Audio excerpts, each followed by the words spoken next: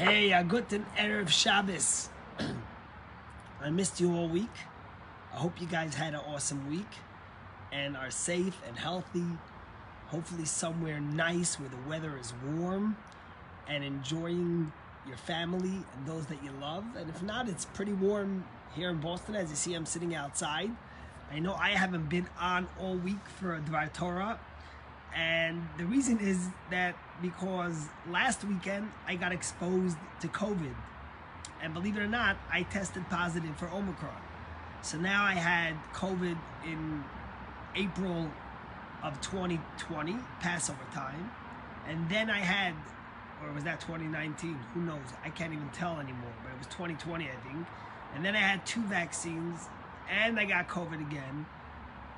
And here we are. I'm feeling excellent. I'm feeling blessed, and I hope we all stay safe. And maybe Omicron will be the blessing for all of us, where it can be light and easy, as I've felt all week, and hopefully we can all become immune and be gone with this craziness. I know that I will be spending the last day of 2021 in quarantine, and the first day of 2022 in quarantine, but hopefully that will be the end of it as I test negative and back to real life. So I want to tell you that it's interesting because everyone's always planning how they're going to celebrate their New Year's and what are they going to do and who are they going to be with.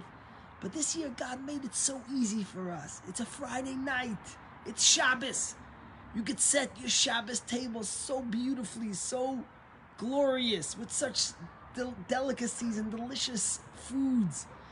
And you could celebrate with family and friends, and you can make Kiddush.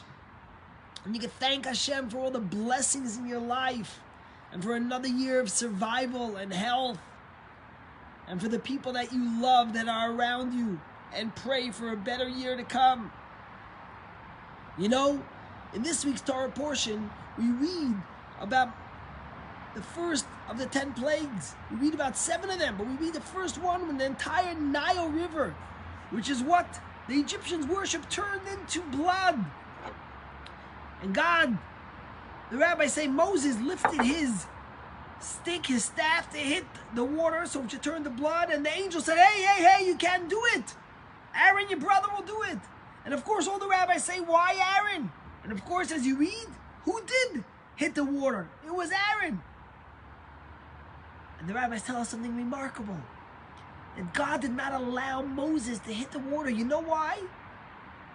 Remember, Moses is 80 years old now, because 80 years earlier, when he was a little baby, and his mother couldn't hide him in the house anymore, what did she do with him? She put him in the Nile River in a basket and hoped that someone would find him. And who ends up finding him? Pharaoh's daughter, Batia. But what saved him? The water. It let him float. It made sure he didn't drown. God said, how could you punish the water that saved you? What sense of gratitude? And the question, of course, is, seriously? 80 years later? Who cares? And more importantly, does water have feelings? Will the water know the difference if Moses hits it or not? And the Rebbe of blessed memory tells us something very powerful. The Rebbe says that the message wasn't for the water. The reason why Moses couldn't hit the water wasn't because of the water. It was because of Moses. It was for Moses to teach a lesson to the Jewish people and for his own soul. That at the end of the day, we must show gratitude. We must be indebted to those who help us, to the people who make us who we are. It takes a village to raise a person, right? How often do we show gratitude to those who we love, who we care for, who look after us, who are kind to us, who are generous to us? And that's why God wanted Moses, at the beginning of the Exodus, the first thing he was teaching the Jews as they were ready to go on the greatest journey of their life, leaving the impossible, the Exodus of Egypt. God says, Moses, I want you to teach them a lesson for their lives as Jews. You never hit or hurt the person that helped you. You always show gratitude to those who save you. And that's why God told Moses, don't hit it. Let Aaron be the one. And that's why the name of a Jew is Yehudi, gratitude. Because what do? We always show gratitude. That's the essence of who we are. We're constantly appreciating the gifts, the blessings in life that Hashem has given us. Bernie and I are so grateful for all the loved ones around us, the community, the friends, those who are so generous in spirit, generous in heart, generous with their finances, to help us build this most amazing community and give back. We are so blessed to live and be surrounded by so much love and so much care. And don't think for a second that we don't appreciate it. And of course, the greatest gratitude we have is to the Almighty. Look at our 10 healthy children. We both have healthy parents. We're healthy, thank God. And we say, thank you. We will learn from the message of Moshe Rabbeinu, of Moses, the greatest and first Jewish leader. You know, I don't know if you guys saw this, but I think it was on Sunday, or probably Sunday, I posted a picture of my mother's father, Reb Moshe Karlevitcher, a very holy Jew. And I told you a little bit of the story there. Basically, in 1938, he was only 18 years old, but he was the dean of an underground yeshiva in the city of Berdichev, which is today Ukraine. And basically, he was caught by the KGB.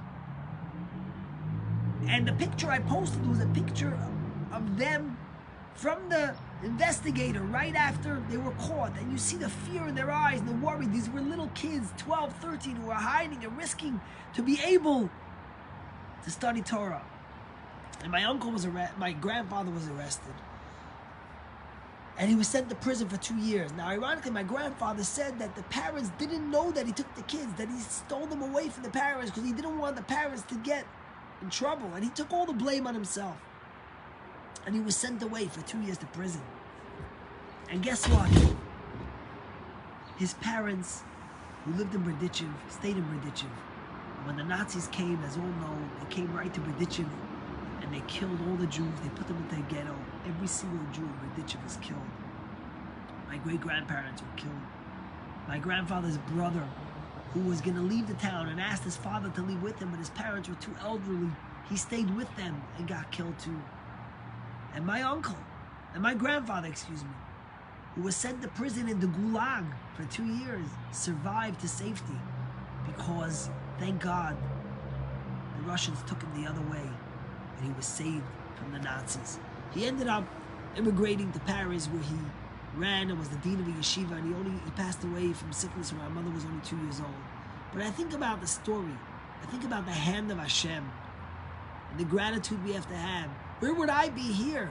Where would I be if my grandfather wasn't teaching in that yeshiva? If my grandfather wasn't caught by the NKVD? He might have been killed by the Nazis, and I wouldn't be here. The gratitude we have, the people that made who we are, the sacrifices they had for us to be the people we are. May Hashem give us all that all the tears and sadness and sorrow of 2021 should turn into joy and happiness and love in 2022 for us, for our families, for our communities.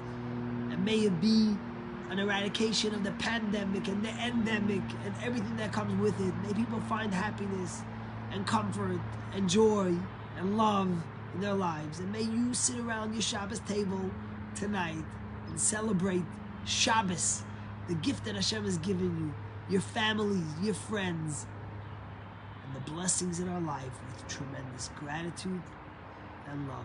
Shabbat shalom. See you next week.